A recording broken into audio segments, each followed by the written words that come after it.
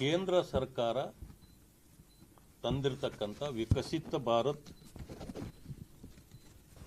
Guarantee Rozgar Aajeevika mission Gramin ಅಂದರೆ VBG Ramji ಅಂತೇಳಿ ಈ ನೆರೇಗಾ ಅಂತ ಇದ್ದಂಥ ಒಂದು ಸ್ಕೀಮನ್ನು ಇನ್ನಷ್ಟು ಗಟ್ಟಿಗೊಳಿಸಿ ಆಕ್ಟನ್ನಾಗಿ ಮಾಡಿ 100 ದಿವಸಗಳ ಕೆಲಸ ಕೊಡ್ತಿದ್ದ ಜಾಗದಲ್ಲಿ 125ಕ್ಕೆ ಹೆಚ್ಚಿಸ್ತಕ್ಕಂಥ ಜನರೇ ಕೆಲಸ ಮಾಡಬೇಕು. ಬಯೋಮೆಟ್ರಿಕ್ಕಲ್ಲಿ ತಮ್ಮ ಇಂಪ್ರೆಷನ್ ಆದಾಗ ಮಾತ್ರ ನಿಮ್ಮ ಹೆಸರು ಬರ್ತದೆ. ಜೊತೆಗೆ ಅವರಿಗೆ 370 ರೂಪಾಯಿ ಕೂಲಿ ಕೊಡಬೇಕು.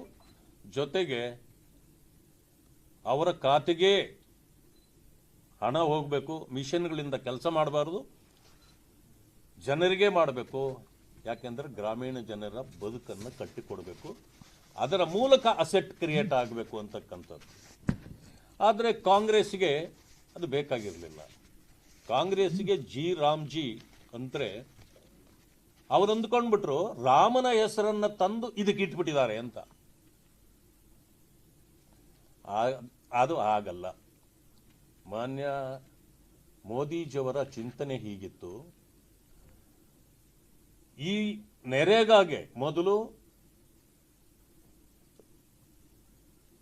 ನೆಹರೂರವರ ಹೆಸರನ್ನು ಇಡಲಾಗಿತ್ತು, ಬರೀ ನೆರೇಗಾ ಅಂತ ಕರೆಯಲಾಗಿತ್ತು.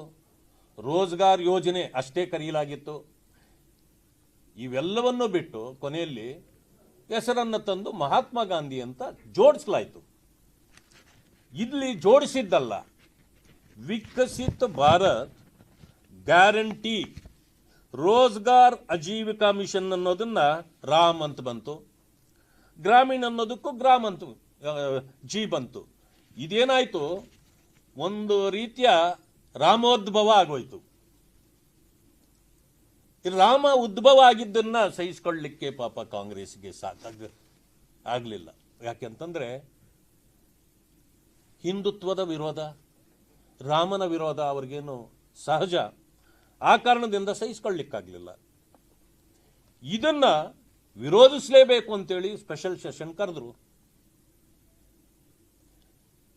ಕರೆದಾಗ ಮಾನ್ಯ ಗೌರವಾನ್ವಿತ ರಾಜ್ಯಪಾಲರು ಬರ್ತಕ್ಕಂಥದ್ದು, ಎರಡೂ ಸದನಗಳನ್ನು ಉದ್ದೇಶಿಸಿ, ಜಂಟಿ ಸದನವನ್ನು ಉದ್ದೇಶಿಸಿ ಭಾಷಣ ಮಾಡ್ತಕ್ಕಂಥದ್ದು ಇದು ಸಹಜವಾಗಿ ವರ್ಷದ ಮೊದಲಲ್ಲಿ ನಡೀತದೆ.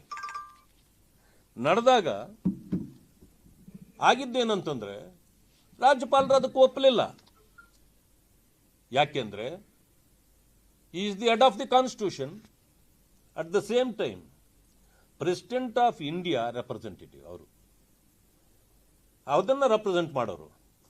ಒಂದು ಸಾರಿ ಒಂದು ಆಕ್ಟ್ ಪಾಸ್ ಆದರೆ ಕೇಂದ್ರದಲ್ಲಿ ಅದಕ್ಕೆ ಅಂಕಿತ ಹಾಕೋರು ರಾಷ್ಟ್ರಪತಿಗಳು. ರಾಷ್ಟ್ರಪತಿಗಳ ಅಂಕಿತವನ್ನ ಅಥವಾ ಅವರ ತೀರ್ಮಾನವನ್ನು ವಿರೋಧಿಸುವ ಅಧಿಕಾರ ಯಾವ ರಾಜ್ಯಪಾಲರಿಗೂ ಇರೋದಿಲ್ಲ. ಆ ಕಾರಣದಿಂದ ಅವರು ಆ ವಿಚಾರಗಳನ್ನು ಬಿಟ್ಟು ಬೇರೆ ಹೇಳ್ತೀನಿ.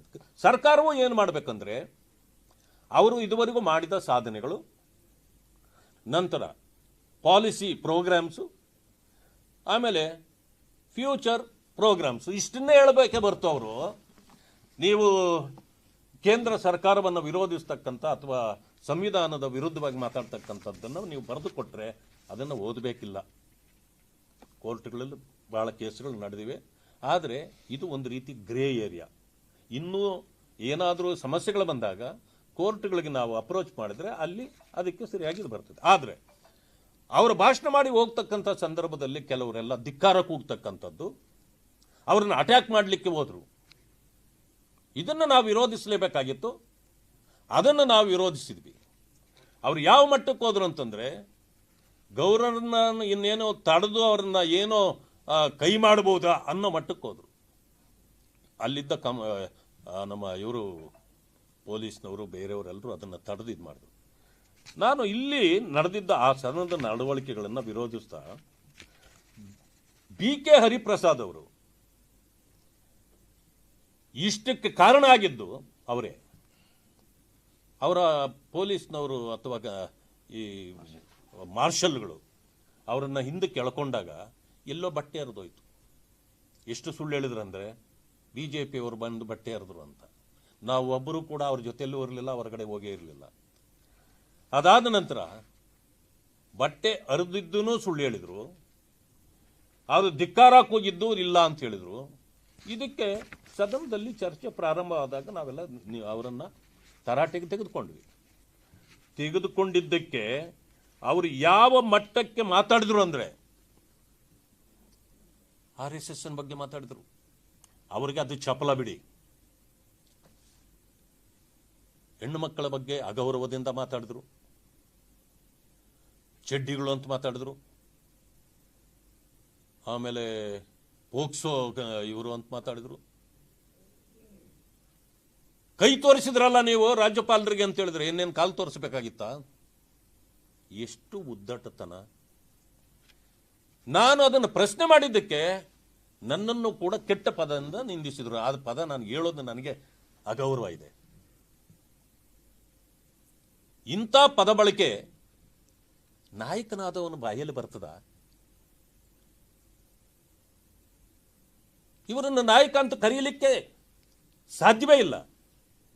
ಇವರ ಉದ್ದಟತನ, ಗರ್ವ, ಅಹಂಕಾರ ಜುಟ್ಟೇರಿಬಿಟ್ಟಿದೆ ಅವರಿಗೆ ತಲೆಯಲ್ಲಿ, ಮೀರಿ ಹೋಗಿದೆ.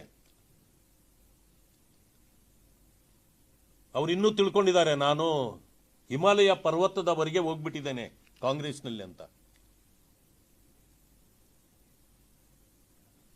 Is A degraded leader. ಈ ಕ್ಲಾಸ್ ಹೇಳಕ್ ಹೋಗಲ್ಲ ನಾನು, ಯಾಕಂದ್ರೆ ಅವ್ರಿಗೆ ಈ ಹ್ಯಾವ್ ನೋ ಕ್ಲಾಸ್ ಇಲ್ಲ ಅವ್ರಿಗೆ. ಯಾಕಂದರೆ ಇಷ್ಟು ಅಹಂಕಾರ, ಗರ್ವ ಎಷ್ಟಿದೆ ಅಂದರೆ ಈ ಸಾರಿ ಸದನದಲ್ಲಿ ಅವರ ಗರ್ವಭಂಗವನ್ನ ಮಾಡುವಲ್ಲಿ ಭಾರತೀಯ ಜನತಾ ಪಕ್ಷದ ಎಲ್ಲ ಸದಸ್ಯರು ಒಕ್ಕೊರಳಿನಿಂದ ಅವರ ಗರ್ವಭಂಗವನ್ನ ಮಾಡಿದ್ದೇವೆ. ಇಂಥ ಒಬ್ಬ ಗರ್ವಿಷ್ಠನನ್ನ ರಾಜಕಾರಣದಲ್ಲಿ ನಾನು ಯಾವತ್ತೂ ನೋಡಿರಲಿಲ್ಲ. ಇಂಥ ಪದ ಬಳಕೆಗಳನ್ನು ಮಾಡಿದ್ರಿಂದ ಅದಕ್ಕೆ ಕಾಂಗ್ರೆಸ್ಸು ಕೂಡ ಬೆಂಗಳೂರಿಂದ ಡೆಲ್ಲಿವರೆಗೆ ಕರೆಸ್ಕೊಂಡು 3-4 ಬಾರಿ ಅವರನ್ನು ರಾಜ್ಯಸಭಾ ಮಾಡಿ ಎಲ್ಲ ರಾಜ್ಯಗಳಿಗೆ ಅವರನ್ನು ಅಬ್ಸರ್ವರ್ ಆಗಿ ಕಳಿಸಿ ಇದೇನ ಕಲ್ತಿದ್ದೆವರು ಸೌಜನ್ಯ? ಇವರು ರಾಜಕೀಯಕ್ಕೆ ನಾಚಿಕೆಗೇಡು. ಇಂಥ ವ್ಯಕ್ತಿಗಳು ರಾಜಕೀಯದ ಅನಿಷ್ಟ ಹುಳುಗಳು ಅಂತ ಹೇಳ್ಬೇಕು ಇವರಿಗೆ. ಇದು ಆಗಿತ್ತು. ಅದರಿಂದ ಅವರ ಗರ್ವಭಂಗವನ್ನು ಮಾಡಿ ಅವರನ್ನು ಕ್ಷಮೆ ಕೇಳಿಸಿ ಸದನದಲ್ಲಿ ಅವರ ಗರ್ವಭಂಗವನ್ನ ಮಾಡಿದ್ದೇವೆ. ನೋ ಉತ್ಪ್ರೇಕ್ಷೆ, ನೋ ಊಹಾಪೋಹ. ತಾಜಾ ಸುದ್ದಿ, ನಿಖರ ಮಾಹಿತಿಗೆ ಬ್ರೌಸ್ ಮಾಡಿ ವಿಜಯವಾಣಿ.net. QR ಕೋಡ್ ಸ್ಕ್ಯಾನ್ ಮಾಡಿ ಆಪ್ ಡೌನ್ಲೋಡ್ ಮಾಡಿಕೊಳ್ಳಿ.